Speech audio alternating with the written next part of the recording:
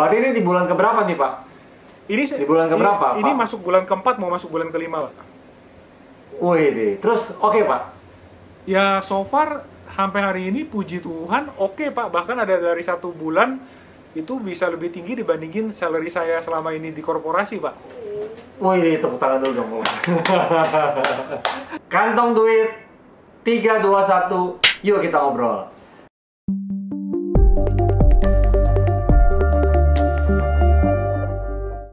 Halo teman-teman sekalian. Pada cerita obrolan kali ini, saya akan ngobrol sama teman saya, sahabat saya, juga rekan bisnis saya, yaitu Pak Asakim, ya Bro Asakim. Nah, beliau ini spesial karena kompetensinya dibanding saya dalam konteks menghandle korporasi, waduh, bumi sama langit. Ya. Nah, oke, kita langsung aja ngobrol. Halo Pak Asakim. Halo, selamat malam Pak Liman, apa kabarnya? Wih deh, ini kelihatannya kayaknya wajah baru nih. Dulu saya lihat nggak pakai kumis, sekarang pakai kumis nih kayaknya. Oh iya Pak, ini kumis corona Pak namanya, Pak. Ya, nah apa gara-gara banyak di rumah jadi nggak sempet, justru banyak di rumah sempet cukur mestinya. Oh sengaja Pak, saya kumis, jenggot, sama rambut saya nggak cukur sampai nanti corona ketemu vaksin baru saya cukur Pak. Oke. Waduh, bakalan lebat banget tuh. Oke, Pak Sakim. Jadi di obrolan kita kali ini Pak, saya mau korek cerita Bapak yang saya rasa banyak hal yang bagus buat teman-teman yang mau mulai, apalagi mau banting setir nih, ya, karena di era pandemi ini harus banyak berubah. Nah, saya lihat cerita Bapak ini salah satu case study yang menurut saya akan menjadi inspirasi Pak Sakim. Boleh ya Pak ya? Boleh Pak, boleh Pak, boleh. Oke, nah sebelumnya Pak Sakim biar relate dulu sama teman-teman. Pak Sakim selama ini sebelumnya ya, sekarang kan saya lihat Bapak udah full menjadi entrepreneur, jadi pebisnis, betul ya Pak Sakim ya? Ya betul Pak. Oke, nah sebelum jadi pebisnis, Pak Sakim backgroundnya apa Pak, di bidang apa? Boleh cerita Pak ke teman-teman Pak? Oke, terima kasih Pak. Jadi Pak Liman dan teman-teman, sebenarnya saya hanya orang biasa-biasa aja. Kebetulan saya mendapatkan banyak sekali orang yang tepat yang kebetulan jadi mentor saya, sehingga saya bisa belajar banyak hal. Ya, jadi background saya kebanyakan sebagai pegawai Pak Liman, jadi kurang lebih 20 tahun saya kerja sama orang ya di dalam satu perusahaan, baik itu multinasional maupun perusahaan nasional ya, dari beberapa bidang ya. Yang paling banyak memang di bidang teknologi Pak. Oke. Khususnya handle apa tuh Pak? Kalau teknologi kebetulan saya banyak handle di telekomunikasi Pak. Oh, kayak handphone gitu ya? Komputer, betul, laptop gitu ya? Betul, operator juga, ya betul Pak. Oke. Bapak khususnya apa Pak? Di produksi, apa di marketing, apa di handle operation, apa Pak Sakim selama ini? Oke. Kalau dulu banyak orang nyebutnya sebagai seorang GTM ya Pak ya. GTM jadi go to market. Jadi sebenarnya GTM itu, wah itu ya, bahasanya kayaknya jauh ke saya tuh. Saya baru dengar. GTM, go to market. Jadi maksudnya apa tuh Pak? Bahasa sederhananya Pak? Istilah sederhananya, jadi sebelum produk launching, bagaimana seorang GTM manager ini mempersiapkan produk launching itu. Jadi pada saat launching itu langsung take off, nggak bantet gitu istilahnya. Ya. Berarti kalau ada produk baru supaya begitu launch langsung rame yang beli gitu Pak ya, langsung banyak yang beli gitu Pak ya. Betul Pak, betul. Nah, pengalaman apa contohnya Pak yang paling berkesan buat Pak Sakim selama project itu Pak, contohnya? Iya, jadi waktu kerja di salah satu perusahaan teknologi, kebetulan teknologinya device, handphone, ya, waktu ada salah satu handphone launching, karena gini, skala kehidupan handphone launching itu adalah cenderung turun ya. Jadi makanya kita sangat-sangat sadar bahwa pada saat suatu produk launching, terutama handphone, itu harus bombastis banget. harus di sini kurvanya. Kalau misalnya di sini yang di dasar ya, kurvanya harus di sini. Karena nanti ada honeymoon period, Pak. Rata-rata honeymoon period tuh 3 bulan. Wah, handphone ini masih baru, orang pada cari segala macam, itu 3 bulan. Ya, setelah itu dia akan turun kurvanya. Nah, kita menjaga supaya kurvanya itu turunnya tidak terlalu tajam, makanya waktu launching itu demand-nya kita create setinggi-tingginya gitu. Cara gimana, Pak? Pakai apa tuh biasanya untuk orang demand-nya tetap naik? Kalau zaman dulu sih banyak, Pak. Zaman dulu mulai dari offline dan online kita garap semua. Kalau offline kebetulan ada komunitas ya. Jadi kita gerakin komunitas-komunitas pecinta gadget itu kita gerakin ya. Terus dengan wartawan-wartawan, para reviewer segala macam ya, dan kalau online-nya otomatis kita iklan seperti di portal-portal berita yang populer segala macam, iklan seakan-akan produknya itu dicari orang gitu. Oke. Jadi Pak Sakim juga handle ini ya, konten buat branding, buat promosi, buat menarik copywritingnya segala macam juga mau nggak mau tuh Pak ya, mikirin dong Pak ya. Mikirin iya, tapi terus terang karena dulu kerja di perusahaan multinasional, kita tinggal hire agency, Pak. Jadi agency yang kerjain sebenarnya. Iya. Emang kalau jadi bos, jadi atasan paling enak emang. Jadi agency yang kerjain, kita cuma kasih arahan, temanya mau kayak gini, agency tinggal kita lihat aja Pak, captionnya yang menarik apa, copywritingnya yang menarik apa, kalau yang nggak menarik suruh dia bikin lagi. Oke. Dulu berapa employee yang Bapak handle Pak? Paling banyak Pak? Oke, kalau waktu di multinasional sih nggak banyak ya Pak, karena struktur organisasinya cenderung lean atau tipis gitu ya. Paling 3 sampai dengan 5 orang, tapi waktu di national company, perusahaan lokal yang terakhir saya mengkoordinasikan kurang lebih ada 40-50 orang Pak. Oke, cukup banyak tuh ya. Nah, ya, Pak Sakim, lalu Pak Sakim juga terlibat di dalam sales. Apa hanya go to market, tapi salesnya juga turut terlibat gitu untuk distribusi dan segala macam? Oh iya Pak, kalau sales itu bagian dari go to market dan. Waduh, itu paling sakit perut tuh Pak. Iya, karena prinsipnya juga saya memang salesman ya Pak ya. Jadi kalau nggak ada angka salesnya, kayaknya go to market juga sia-sia tuh Pak. Nggak ada, istilahnya nggak signifikan gitu Pak. Oke, nah saya mau cerita lebih dalam soal sales nih Pak sama Pak Sakim. Nah Pak Sakim, sales ya Pak ya, apalagi barang kayak HP, kayak device kan itu kan, waduh, cukup mahal, bicara di angka ribuan, produk SKU, piecesnya, ya saya sih ngebayangin ribetnya minta ampun tuh Pak Sakim. Ya kan, nah apa cerita seru Pak? Ya, yang Bapak ngalamin waktu nanganin sales ya Pak ya, yang waktu saat mau go to market satu produk. Coba Pak, cerita Pak. Oh, cerita paling seru ya. Cerita paling seru pada saat itu adalah waktu salah satu tipe yang terkenal dari salah satu merek itu mau launching Pak. Salah satu brand ya, mau launching yang depannya E, terus ada angka 9, terus ada angka 0.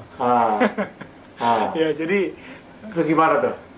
Itu heboh sih Pak, memang karena saat itu komunitasnya sudah terbentuk ya. Beruntungnya komunitasnya sudah terbentuk ya, namanya komunitas communicator saat itu ya, dan memang fanatisme terhadap produk itu tinggi sekali karena kebetulan value proposition produk saat itu sangat tinggi. Artinya belum ada produk saingan.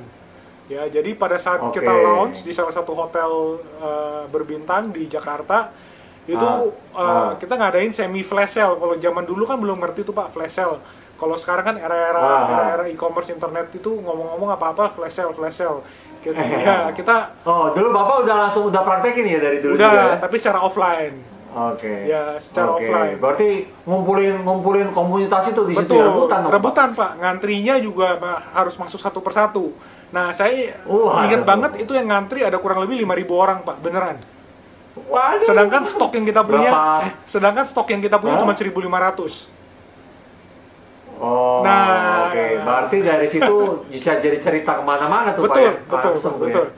Jadi pada saat kita lihat antrian udah segitu panjang, kita udah tahu pasti chaos ini. karena stok yang kita punya tidak sebesar antusiasme atau jumlah orang yang akan mengantri. Ya, nah itu seru banget sih Pak. Tapi untung saat itu kita kerjasama sama event organizer yang cukup profesional ya, dari sisi security segala macam. Ya puji Tuhan semuanya lancar sih. Dan meskipun pagar ambruk Pak, terus terang pagar hotel ambruk. Nah, untuk menarik minat Pak ya, supaya tercipta urgency dan scarcity, keterbatasan, itu trik apa yang Pak Sakim pakai waktu itu? Oke, mungkin kalau misalnya untuk menarik minat pada saat itu yang kita berikan adalah kita memberikan teaser biasanya Pak. Kalau di teknologi biasa main dengan teaser, dengan kalau sekarang orang banyak sebut sebagai sampling, tapi samplingnya sebagai informasi. Ya, jadi informasi melalui teasernya bukan handphone gratis kan? Bukan, belum bisa Pak. Kalau misalnya proto, kalau handphone proto itu justru kita nggak boleh keluarin ke umum dulu Pak. Oke, teasernya jadi berupa apa? Video apa? Bisa. Leaflet, e-flyer gitu konten, ya? Cerita ya? Konten, terus kontennya betul. Ya? Terus juga kita kumpulin teman-teman wartawan, teman-teman reporter, ya untuk round table sama mereka gitu. Karena pada umumnya tuh orang tuh demen dikasih rahasia Pak. Semakin rahasia itu dibocorin, semakin basing gitu. Semakin orang itu ngomong, oh ini rahasia lu. Jadi Pak Sakim menggunakan mode to mode-nya. Jadi menggunakan komunitas itu ya sebagai tanda kutip pasukan Pak Sakim tanpa dibayar dong. Betul. Ya, juga nih. Betul Pak, betul. Oke, jadi itu salah satu expertise ya yang Bapak miliki ya, bagaimana membangun community untuk menjadi tanda kutip pasukan sales yang notabene tanpa dibayar tapi memiliki loyalty yang tinggi gitu Pak. Betul sekali Pak. Oke, nah sekarang Pak Sakim saya dengar mulai shifting nih Pak ya, menjadi bukan lagi sebagai seorang profesional di office, di kantor, di company. Bener Pak? Bukan mulai Pak, sudah Pak. Oh sudah, oke. Nah, boleh cerita Pak Sakim apa yang melatar belakangi kenapa Bapak akhirnya jadi entrepreneur? Kayaknya kan enak Pak. Saya lihat posisi Bapak sih kalau di kantor sih saya udah bisa kira-kira itu gajinya berapa itu. Nah, kenapa Pak? Kan jadi entrepreneur kan belum tentu penghasilan tinggi, ya kan, yang tadi nyaman, fasilitas, ya kan, tunjangan, tiba-tiba jadi entrepreneur yang notabene nggak ada itu semua kan Pak. Nah, kenapa Pak? Ya. Mesti bayar karyawan lagi. Ya gimana Pak? Iya, betul. Oke, baik Pak. Saya tarik nafas panjang dulu Pak. Oke, kayaknya berat nih kayaknya. Oke, kalau latar belakang sebenarnya udah lama Pak. Kalau ngomongin niat, kepingin punya usaha sendiri. Jadi sejak saya berkarir 20 tahun di korporasi, sekitar 10 tahun terakhir pun saya udah kepikiran seperti itu. Saya ikut beberapa bisnis karena saya mau punya usaha sendiri. Tapi mungkin karena nggak serius dikerjain, jadi nggak ada yang jadi hasil secara signifikan Pak. Kalau jadi hasil sih jadi aja, tapi ya gitu-gitu doang gitu. Jadi tidak membuat saya untuk pindah. Akhirnya saya nggak mau kerja lagi, saya fokus ngerjain bisnis. Kenapa? Karena hasilnya belum cukup untuk ngegantiin gaji saya Pak. Benar. Ya, yang penting dapurnya bahaya tuh kalau. Iya, betul. Jadi selama 20 tahun itu latar belakangnya udah kepikiran, jadi nggak pernah mau taruh telur dalam satu keranjang gitu ya. Tapi ya belum ada niat yang benar-benar serius atau tanda kutip belum ada satu totalitas lah gitu. Sampai pada saat corona itu terjadi, saya dan sekeluarga dipaksa untuk melakukan 100% entrepreneur. Jadi mendapatkan penghasilan dari entrepreneur. Berarti corona ini anugerah terindah buat Pak Sakim dan keluarga dong ya? Wah, luar biasa Pak. Nggak ada yang kebetulan. Nggak ada yang kebetulan ya? Nggak ada yang kebetulan Pak. Ya karena untuk membuat seorang shifting jadi entrepreneur itu kan mau ikut kursus ratusan kali belum tentu jadi tuh Pak. Iya betul. Nah, mau beli Tuhan. iya, mau beli e-course, ikut workshop sana sini dari coach terkenal, nggak jamin itu untuk jadi Betul. entrepreneur. Bener Pak ya? Nah, Iya. tantangan terberatnya apa Pak? Waktu mulai shifting Pak, yang bikin deg-degan, tantangan terberatnya apa?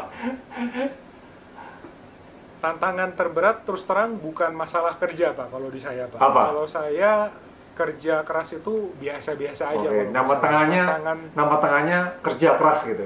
Asakim Iya. kerja keras kok. Tantangan terberat itu sebenarnya ngalahin diri sendiri Pak. Oke. Ngalahin diri Contohnya? sendiri terutama kekhawatiran. Oh, oke. Kekhawatiran Iya, iya, iya. apakah ini mampu menggantikan income saya waktu Oke. saya bekerja di korporasi. Jadi Itu biarpun selalu Bapak status tinggi di office ya tetap aja Pak ya begitu jadi entrepreneur perasaan itu kebat-kebit Pak, muncul Pak. muncul Pak, ya kan? Oke. Karena kan kalau mental karyawan kan simpel Pak, kerja keras, kerja pintar, tiap bulan pasti dapat gaji gitu. Oh. Nah kalau waktu kita jadi entrepreneur, ya mau kerja sekeras apapun, kerja sepintar apapun, belum tentu tiap bulan dapat income yang diharapkan untuk bisa nutup kebutuhan keluarga. Oke. Nah, untuk mengatasi rasa khawatir itu gimana tuh Pak? Itu kan khawatir kan dipengaruhi oleh apa belief system Bapak gitu kan. Ya kan? Nah, untuk mengatasi itu apa yang Pak Asakim lakukan? Wah, cuma satu jawabannya Pak, Apa Pak? berdoa sama Tuhan Pak. Aduh, jadi adem nih dengernya nih. Iya, Oke, jadi berdoa sama Tuhan. berdoa sama Tuhan ya Pak. Jadi benar-benar Pak Asakim belajar apa angkat tangan Pak ya. Kan katanya kalau kita angkat tangan Tuhan turun tangan gitu Pak. Betul, betul sekali Pak. Betul sekali. Oke, jadi sesederhana itu Pak ya. Saya rasa sih sesederhana itu. Oke. Nah, Pak Sakim, saya mau nanya nih, waktu Bapak mau shifting dengan deg-degan gitu, Bapak jadi deg-degan apalagi istri, Pak. Iya kan? Biasa kan cewek lebih khawatir dia, Pak. Nah, Iya. gimana betul, Pak? Kalau untuk masalah itu saya cenderung tidak mau membawa rasa kekhawatiran saya kepada orang lain. Jadi Oke. biasanya saya bergumul sendirian. Oke. Meskipun saya tahu bahwa mungkin yang saya lakukan nggak 100% benar. Tapi buat apa dalam hati saya ngapain sharing kekhawatiran? Saya lebih baik sharing pengharapan. Ya, jadi ya saya tetap ngomong sama istri, jangan khawatir, kita tetap usaha, tabungan masih ada, ya masih bisa cukup untuk sekian bulan. Kita coba aja do our best. Yang terpenting adalah kita mau berserah. Oh, oke. Jadi apa mesti ada kesepakatan Pak ya? Betul. Oke. Nah, Pak Sakim sekarang bisnisnya di bidang apa, Pak Sakim? Oh ya, kebetulan saya mencoba di food supply, Pak. Woi deh, namanya keren banget kayaknya. Maksudnya apa tuh Pak? Ya, food supply jadi industri yang saya mencoba untuk jualan barang-barang yang hubungannya sama makanan, Pak. Oh, Ya. kayak makanan itu sendiri, Betul. kayak minumannya, Betul. terus apa yang buat masaknya gitu ya Pak ya? Ya. Dapur ya? Betul, kurang lebih seperti itu, Pak. Oke. Apa aja contohnya Pak? Produknya apa aja tuh? Oke, kalau sekarang secara produk ada alat-alat rumah tangga untuk kitchen, homeware, yang elektronik, ya. Terus juga kebetulan saya ada produk daging, ya daging sapi halal. Wih deh. Jadi tiap bisa makan steak dinner Oh, bisa. service di rumah terus dong? Bisa Pak, sampai enak Pak. Wih. Oh waduh. Oke. Ya, sama. Terus apa lagi? Yang minuman ada yang minuman?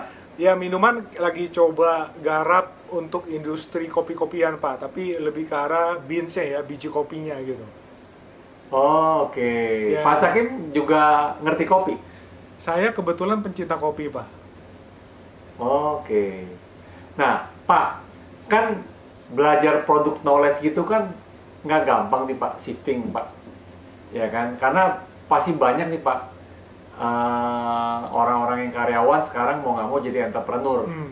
Ya Pak ya. Nah, kan cara Bapak gimana tuh Pak untuk apa ngebut, karena kan ini berpacu sama argo rekening dan juga kecepatan Bapak Betul. menguasai bisnis yang Bapak jalankan. Hmm. Nah, itu gimana tuh Pak? Kuncinya apa Pak?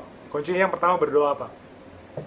Oke, yang pertama berdoa, balik lagi Pak ya. Berdoa, bener. Oke, yang kedua, Saya nggak akan bilang kunci yang pertama itu yang lain, karena saya membuktikan sendiri hanya dengan punya hubungan yang cukup baik dengan Tuhan. Saya belum bilang hubungan saya baik ya, hubungan saya cukup baik dengan Tuhan, itu selalu ada jalan, selalu dibukakan sama yang Tuhan. Oke, iya, iya, iya. Iya. Jadi benar-benar satu pintu demi satu pintu Pak ya. Betul. Akhirnya Bapak mulai ngerti, mulai ada akses, mulai bisa jualan ya Pak ya. Betul, itu Pak, ini di kunci bulan utama. keberapa nih Pak? Ini Di bulan keberapa, Ini Pak? masuk bulan keempat, mau masuk bulan kelima, Pak. Wih, deh. Terus oke Pak. Ya, so far sampai hari ini puji Tuhan oke, Pak. Bahkan ada dari 1 bulan itu bisa lebih tinggi dibandingin salary saya selama ini di korporasi, Pak.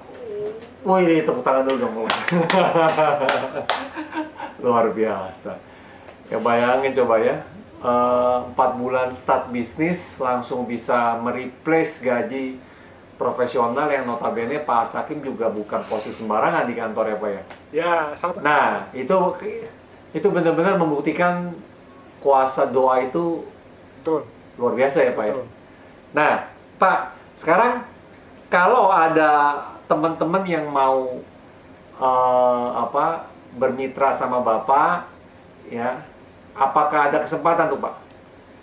Oh, tentunya dengan sangat terbuka kita welcome ya teman-teman yang memang mau sama-sama ya bermitra dalam Oke. bentuk afiliasi reseller ya, karena kita Kalau mau konsultasi buat bisnis juga bisa. konsultasi buat bisnis bisa Pak, tapi kan sama Pak Liman biasanya Oke. lebih mantap. Berarti apa aja tuh ya Pak Sakim? Pertama bisa menjadi, karena Pak Sakim ini juga masukin barang, jadi sebagai reseller. Yang kedua untuk konsultasi buat start ya Pak ya, karena kan banyak UKM baru nih Pak ya. Betul, betul. Ya untuk go to market ya Pak ya, untuk go to market ya Pak ya, Iya, berarti betul. ya. Berarti yang ketiga juga bagaimana kalau dia punya mau go to market untuk bangun komunitas, masuknya lewat komunitas Pak ya, pasukan reseller, pasukan sales. Betul. Ya gimana tuh cara handle kan Pak ya? Iya, Oke. betul. Nah, nomor telepon yang bisa dihubungi berapa Pak? Oh, saya Apa pakai link, apa pakai nomor WA? Mau salah satu coba apa Pak kira-kira? saya di WA aja di Berapa nomornya Pak? 0811 0811 988 988 059. 059. Coba ulangi Pak. Ya, 0811 988 059. Oke, nah teman-teman catat di nomor yang tadi tertera ya. Kalau Anda mau kontak Pak Sakim untuk mendapatkan produk ya, ataupun mau jadi reseller, ataupun Anda mau konsultasi mendapat coaching untuk go to market, atau Anda mau konsultasi juga untuk implement bagaimana create pasukan sales ya supaya bisa menghasilkan sales tentunya. Ya, Anda bisa kontak Pak Sakim di nomor tadi. Ya. Nah, Pak, terakhir Pak, sekarang kasih dong Pak pesan-pesan Pak kepada teman-teman yang lagi shifting, banyak yang deg-degan juga, saya percaya, makanya tujuan video ini supaya teman-teman yang deg-degan jadi nggak deg-degan. Coba Pak, apa pesannya Pak? Kalau secara mentalitas ya, saya rasa teman-teman nggak perlu khawatir untuk berani mencoba ya, karena gini, meskipun sekarang misalkan contoh kasusnya saya ya, bukan teman-teman, contoh kasusnya saya, meskipun sekarang saya pun masih dapat pekerjaan, tapi suatu saat saya tetap membutuhkan yang namanya penghasilan dari tempat lain, karena usia di korporasi kita tahu ya, usia pensiun untuk seorang pegawai itu di umur berapa. Jadi menurut saya now is the time. Ya, corona ini menurut saya sebenarnya berkah ya, karena segala sesuatu pasti ada dua sisi mata uang. Ya, berkah untuk kita berani untuk memutuskan, jangan tanggung-tanggung. Ya, kalau mau nyemplung sekalian, kalau mau berenang jangan cuma celup-celup kaki. Oke. Dicoba aja menurut saya. Itu yang pertama. Yang kedua, sudah pasti harus siap secara mental ya, dan yang terpenting dipersiapkan oleh Tuhan mentalitas kita, di mana kita percaya bahwa segala sesuatu pasti disiapkan oleh Beliau. Segala sesuatu pasti disiapkan oleh Dia. Karena saya sempat sharing juga ke Pak Liman, kebetulan waktu saya lagi goyah ya, saya tersentuh dengan satu lagu dari Raja Daud ya. Kebetulan saya seorang Katolik, jadi saya tahu mengenai Raja Daud ya. Jadi Daud pada saat Raja Daud pada saat kesulitan dia menuliskan lagu dalam kitab Mazmurnya yang mengatakan bahwa apabila aku jatuh tak sampai tergeletak sebab Tuhan menopang tangannya. Nah, gampang dinyanyiin Pak, dinyanyiinnya gampang, dipercayai dan dijalaninya itu nggak segampang dinyanyiin. Ya. Nah, jadi intinya Pak Sakim bahwa semua orang ini ya bisa melalui dengan kedekatan dengan Tuhan, pasti akan bisa melalui ini dan berpikir untuk shifting jadi entrepreneur adalah saat yang tepat sekarang. Betul ya Pak ya? Intinya itu ya Pak ya? Nah Pak, thank you Pak Sakim buat ceritanya ke teman-teman. Sama-sama Pak Liman. Saya mau tutup dulu nih Pak ya. Nah teman-teman, jadi itu cerita obrolan kita di Yuk Kita Ngobrol ya. Nah bagi teman-teman yang nonton di Instagram, Anda bisa follow Kantong Duit, di Facebook Group Anda bisa join Kantong Duit, lalu kalau di YouTube Anda bisa subscribe Kantong Duit. Jangan lupa tekan loncengnya supaya dapat notif ya. Nah Pak Sakim, coba saya hello dulu Pak kepada teman-teman. Oke, 1, 2, 3. Oke, bye teman-teman. Thank you semua. Bye. See you next video.